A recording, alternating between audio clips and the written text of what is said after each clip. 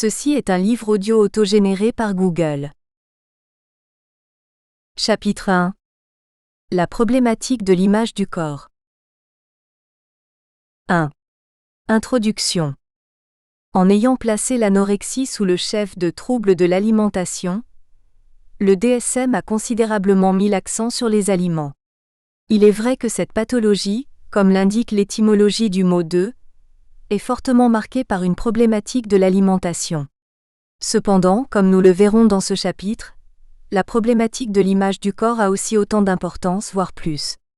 Nous remettons au 3e chapitre le souci de développer les coordonnées théoriques, où nous situons le concept d'image du corps. Ici, il s'agira de faire ressortir cette problématique au travers de plusieurs abords théoriques et de dévoiler ses différentes manifestations auprès des anorexiques. Pour commencer, nous allons présenter un bref historique de l'anorexie. 2 raisons nous conduisent à le proposer. D'une part, il est toujours intéressant pour le lecteur d'avoir une introduction historique sur un thème qui doit être approfondi. D'autre part, et c'est la raison principale, nous y voyons une première occasion pour montrer que la problématique de l'image du corps, notion essentielle dans notre étude, a été mise en évidence dès les premières découvertes sur l'anorexie. Bien que notre orientation soit analytique, nous avons voulu aussi donner une place aux théories se référant au comportementalisme ou cognitivisme. Les aversions entre les tenants de ces théories et ceux des théories psychanalytiques, qui se sont accentuées dernièrement suite à la publication de certains ouvrages, ne doivent pas nous couper toute possibilité d'accéder à certaines recherches qui peuvent se révéler fort utiles. Lacan avait lui-même, à quelques reprises, conseillé la lecture de travaux issus de la psychologie, et lors d'une séance du séminaire L'acte psychanalytique, il s'était arrêté méticuleusement sur la célèbre expérience de Pavlov, considérée comme un pilier du comportementalisme, pour y voir une confirmation de sa théorie du signifiant. D'une manière plus ponctuelle, les théories psychanalytiques feront l'objet de notre attention surtout dans le 2e chapitre. 2. Historique. Bien que le mot anorexie fasse son apparition dans le domaine médical en 1584, les premières descriptions cliniques de l'anorexie mentale commencent à partir du XVIIe siècle. Nous avons en 1669 la description de la consomption nerveuse, de R. Morton 7, et en 1789 celle de la maladie nerveuse avec dégoût des aliments, de Nadeau. Les descriptions de R. Morton nous donnent déjà un tableau clinique détaillé de l'anorexie mentale. Manque apparent d'appétit, refus de nourriture, aménorrhée, hyperactivité, constipation et cachexie. Cependant, l'anorexie mentale comme entité clinique se constitue seulement à partir des travaux de Ch. Lasek 12 en 1873 et W. Gull en 1874.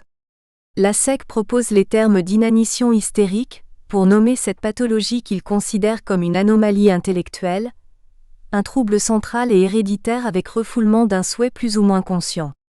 Gull est le premier auteur à proposer les termes anorexie nervosa, qui désigne un état morbide causé par des troubles centraux et héréditaires. Quelques années plus tard, les termes anorexie mentale sont proposés pour la première fois par Ch. Huchard qui pose en outre une distinction entre anorexie gastrique et anorexie mentale. En 1895, Freud se penche aussi sur l'anorexie et propose un rapprochement entre mélancolie et anorexie 16. En 1908, Gilles de la Tourette et P. Janet soulignent l'importance de la perception du corps chez les anorexiques. La Tourette soutient que les patientes souffrent d'un refus d'appétit, plutôt que d'un manque d'appétit. De plus, il souligne la présence d'un trouble de la perception du corps et de la nourriture. Il pose en outre une distinction entre le refus de nourriture de l'anorexie mentale, qui serait relatif, et le refus de nourriture du psychotique, qui serait absolu.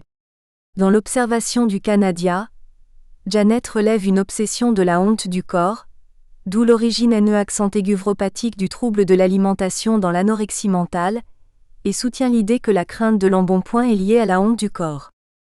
Jusqu'en 1914, la plupart des cliniciens partagent l'idée qu'il y aurait des causes psychologiques à l'origine de l'anorexie. Mais, à la suite de la publication de Simmons en 1914, qui explique que les détériorations de la glande pituitaire antérieure sont liées à la cachexie, L'anorexie est considérée en termes endocriniens par la plupart des médecins au cours des 2 ou 3 décennies suivantes. Cette publication engendre un débat entre l'organogenèse et la psychogenèse qui s'estompe avec la description de Sheehan de la nécrose hypophysaire du postpartum en 1937. Aujourd'hui, ce débat a été repris par certaines conceptions psychosomatiques sous des termes différents. Dans les années 50, il y a un retour massif des conceptions psychologiques de l'anorexie mentale. Les différentes formes de méthodes psychothérapeutiques, telles que la phénoménologie, la psychanalyse, l'approche comportementale et l'approche systémique apportent leur contribution à l'échafaudage théorique concernant l'anorexie mentale. Avant les années 60, l'histoire nosographique de cette pathologie est marquée par le développement d'études psychopathologiques restées sous l'influence du modèle de la névrose et à un moindre degré, de la psychose. À partir des années 60, il y a un développement des critères de diagnostic de l'anorexie au niveau de la présentation clinique et des études de l'organisation structurale de cette pathologie. Les critères d'évaluation ne prennent plus seulement en compte l'évolution des symptômes, mais aussi les facteurs relationnels et la personnalité. En 1965, à Göttingen se tient le symposium sous la direction de J. E. Meyer et H. Feldman qui représente une occasion pour d'importantes contributions de H. Bliss, C. Branch, H. Thomas, S. Palazzoli, H. Bruch. Ce symposium est considéré comme un tournant dans la conception psychopathologique de l'anorexie mentale. Indépendamment de la diversité des conceptions psychopathologiques des participants, il y a 3 conclusions communes partagées par les participants qui sont les suivantes. L'anorexie mentale a une structure spécifique. Le conflit essentiel se situe au niveau du corps, et non pas au niveau des fonctions alimentaires sexuellement investies. Elle exprime une incapacité d'assumer le rôle génital et les transformations corporelles propres à la puberté. De ce bref parcours historique, nous retiendrons l'importance de la problématique de l'image du corps chez les anorexiques mise en évidence par plusieurs auteurs. 2 décennies seulement après l'apparition de l'anorexie comme entité clinique, Gilles de la Tourette ne se limite plus à mettre uniquement l'accent sur l'appétit, mais aussi sur le corps, en soutenant que l'anorexique présente un trouble de la perception de son corps. Dans cette même lignée de la compréhension de l'anorexie, P. Janet rattache la crainte de l'embonpoint avec une obsession de la honte du corps.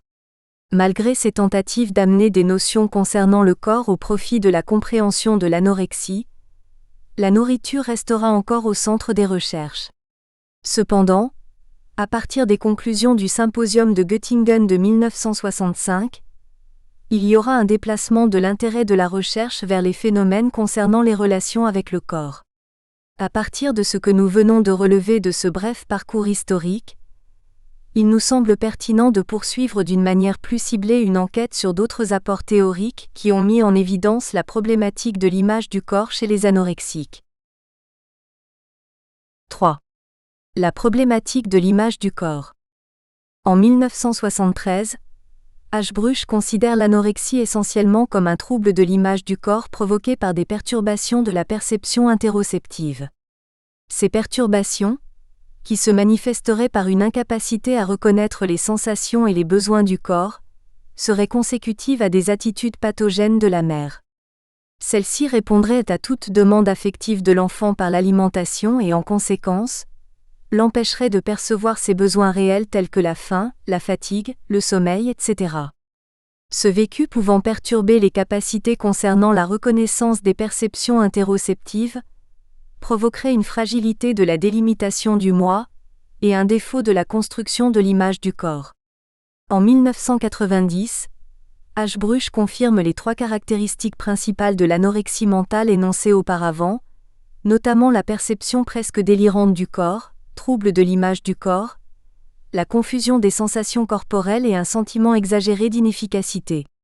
Bien que H. Bruch soutienne encore ces 3 aspects, elle aurait tendance à les considérer comme l'expression d'une idée de soi défectueuse, la crainte d'un vide intérieur et la peur d'avoir quelque chose de mauvais en soi. Les relations pathologiques que l'anorexique entretient avec l'image du corps ont été aussi mises en avant par la perspective cognitivo-comportementale, selon laquelle l'anorexie serait liée à une déficience des processus de maîtrise face aux nouvelles demandes de l'adolescence. Dans une société qui valorise l'apparence, la perception négative du corps et la peur d'être grosse susciteraient des sentiments d'auto-évaluation, d'inadéquation et d'incompétence. En 1985, S. Orbach considère que les magazines féminins présentent les régimes et le contrôle du poids comme une solution aux difficultés d'adaptation et à la crise de l'adolescence. La volonté de maigrir serait alors une conduite d'évitement, qui permettrait à l'adolescent de faire face à une situation angoissante d'échec d'adaptation. Branch et Herman proposent que l'amaigrissement susciterait également des renforcements positifs externes et internes, produits habituellement au sein de l'entourage familial et social sous forme d'encouragement. À partir d'un questionnaire visant à analyser les attitudes de la famille et des amis, ils ont observé que l'acceptation et l'approbation étaient évoquées le plus souvent, et que l'anorexique était fréquemment jugée attirante, enviée ou admirée. Toujours selon une perspective cognitivo-comportementale, P. Slade développe un modèle de l'anorexie mentale basé sur le paradigme de l'analyse fonctionnelle. Comme pour tout comportement, il définit la symptomatologie anorexique par deux ensembles de variables, les événements antécédents et les événements conséquents. Selon cet auteur, l'anorexie serait le résultat d'un manque de stratégie pour faire face aux perturbations émotionnelles. Slade propose que la perte de poids initiale serait un événement qui renforcerait et maintiendrait le jeûne, ou les comportements compensatoires tels que l'exercice physique, les purges, etc. Après une perte initiale de poids, l'anorexique serait captivé par ce succès et lui donnerait une importance exagérée qui se manifesterait par une perception surévaluée de l'image du corps. Le jeûne serait alors un comportement pour éviter une perception pénible, qui viendrait ainsi renforcer négativement le comportement problématique. Le modèle de Slade pose surtout le besoin de contrôle au centre de l'anorexie mentale et de son maintien. Ce besoin se manifesterait au travers d'une restriction alimentaire qui serait renforcée positivement par les sentiments de succès en résultant, et négativement par la crainte de la prise de poids. Le succès consécutif à la perte du poids aurait une fonction renforçatrice lorsque l'anorexique a le sentiment de vivre plusieurs échecs, ou de ne pas avoir le contrôle sur les événements de la vie. Bien que ce modèle prenne en compte la forme du corps et le poids, ces paramètres ne sont pas mis au centre de l'anorexie. En 1985, D.M. Garner et Cole poseront ces paramètres au centre de leur modèle cognitif.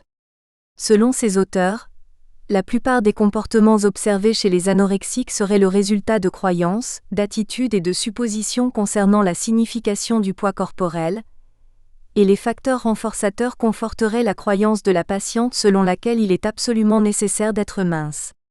Gouvernés par des impératifs internes d'évitement, les anorexiques deviendraient de moins en moins susceptibles de prendre en compte les informations ou expériences qui mettraient en doute leur système de croyance.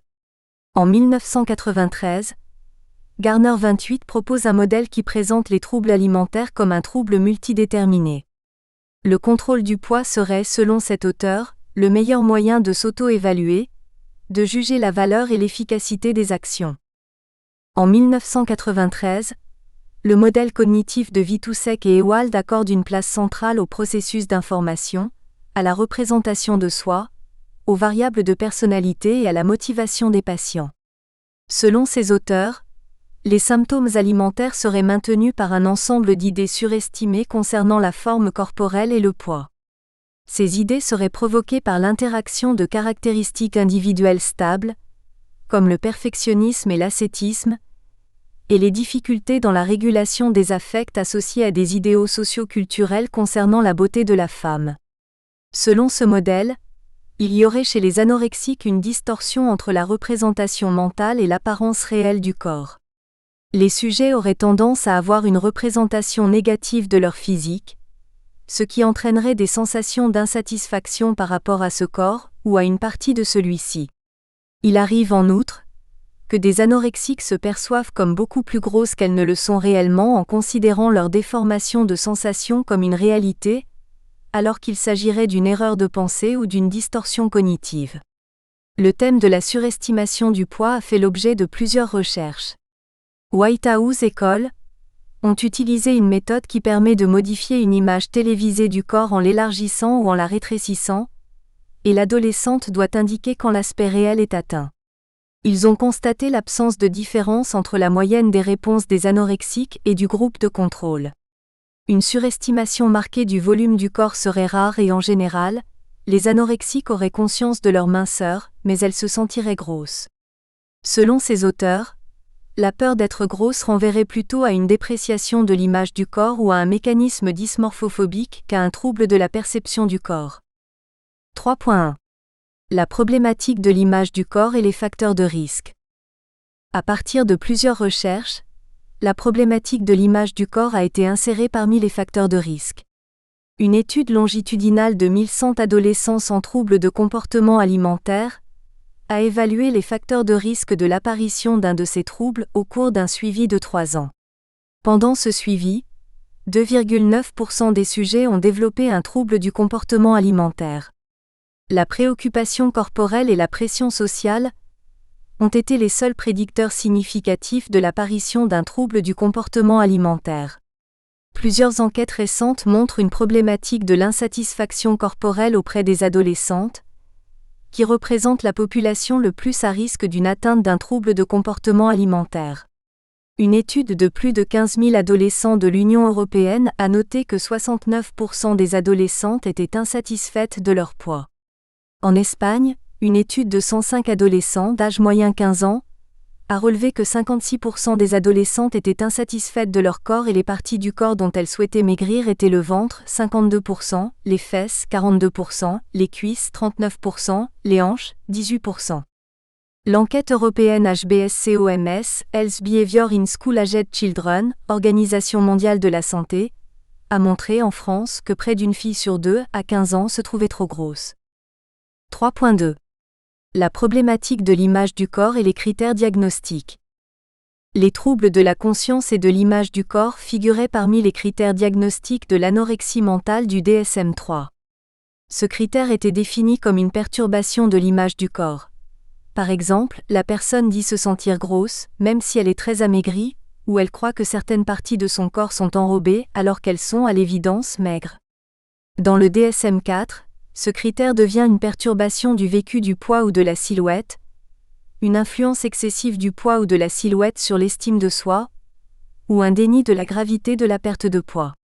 Bien que le DSM-4 ait minimisé l'importance des perturbations de l'image du corps dans l'anorexie, celles-ci restent des traits qui caractérisent cette pathologie.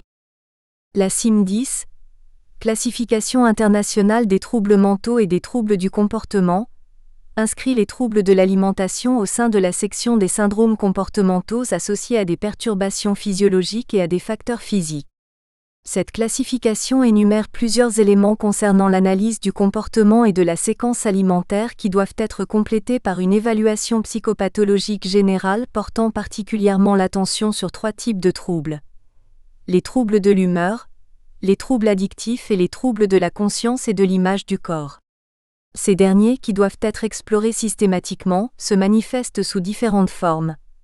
Altération dysmorphophobique de la perception du poids ou de la forme de son propre corps, hantise de grossir ou influence excessive du poids ou de la morphologie corporelle sur l'estime affective de soi, hyperréactivité et hyperesthésie au regard d'autrui, déni de la maigreur actuelle, de sa gravité ou de ses conséquences, etc.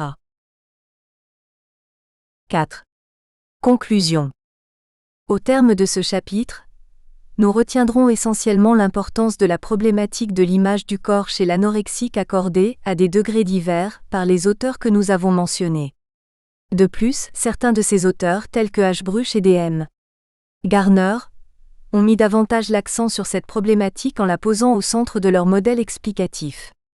En outre, nous l'avons retrouvé selon le CIM-10 parmi les troubles à prendre en compte pour une évaluation psychopathologique générale visant à établir le diagnostic d'anorexie ainsi que dans les critères diagnostiques du DSM-4 et les facteurs de risque. Les perturbations de l'image du corps sembleraient en effet une caractéristique importante des anorexiques. Elles se manifesteraient par un ensemble d'attitudes concernant le poids et les formes du corps, dominées par un désir effréné de minceur et une hantise de grossir. La peur de grossir ne diminuerait pas avec l'amaigrissement, et le déni de la maigreur et de sa gravité serait un signe classique. L'hypothèse d'un trouble de la perception, souvent évoquée, n'a pas été retenu après les expériences conduites par différents chercheurs. L'accent mis sur ce trouble par certains auteurs et exclu par d'autres reflétait essentiellement une différenciation du vécu de la problématique du corps. En effet, face à leur image spéculaire, les anorexiques manifesteraient des comportements différents. Certaines se verraient grosses en dépit de la réalité, la plupart se reconnaîtraient minces ou même maigres, mais elles peuvent croire trop volumineuses certaines parties de leur corps, et d'autres seraient très fiers de leur apparence corporelle. Le trouble de la perception ayant été écarté, la déformation perceptive portant sur le corps propre reflété sur le miroir, reste néanmoins une donnée clinique retenue par les chercheurs. L'étude que nous proposons se déploie à partir de ces considérations qui s'enracinent à la fois dans la pluralité des hypothèses qui ont été formulées au fil des décennies, et à la fois dans les expériences propres aux anorexiques. Nous n'avons aucune difficulté à les mettre sous deux chefs. L'importance de la problématique de l'image du corps. Une différence de vécu de cette problématique entre les anorexiques. Chapitre 2. Les apports psychanalytiques. 1. Introduction. Considérer l'anorexie mentale comme un symptôme ou comme une structure spécifique est une question qui a été au centre des débats sur la place de l'anorexie mentale dans la psychopathologie et dans la nosographie psychiatrique. Dans un premier temps, l'anorexie a été assimilée à l'hystérie, c'est-à-dire à une structure névrotique, et à la dépression mélancolique. Quelques décennies après, elle a été considérée comme une manifestation d'une structure psychotique. Après le tournant des années 60, lorsque de nouvelles catégories nosographiques deviennent de plus en plus d'actualité, elle a été assimilée tantôt à une structure borderline, tantôt à une structure narcissique. Dans cette même période, un courant autonome progressivement dominant fait de l'anorexie une structure autonome bien individualisée dans le champ psychopathologique et psychiatrique. Plus récemment, plusieurs auteurs ont mis en évidence la dimension addictive de l'anorexie, conduisant certains auteurs à l'intégrer dans le vaste champ des toxicomanies. Nous allons repasser maintenant dans les détails la plupart de ces différentes positions autour de l'anorexie considérée comme un symptôme se situant dans des contextes. Nous espérons que vous avez apprécié cet aperçu. Pour continuer à écouter ce livre audio sur Google Play Livres, utilisez le lien dans la description de la vidéo.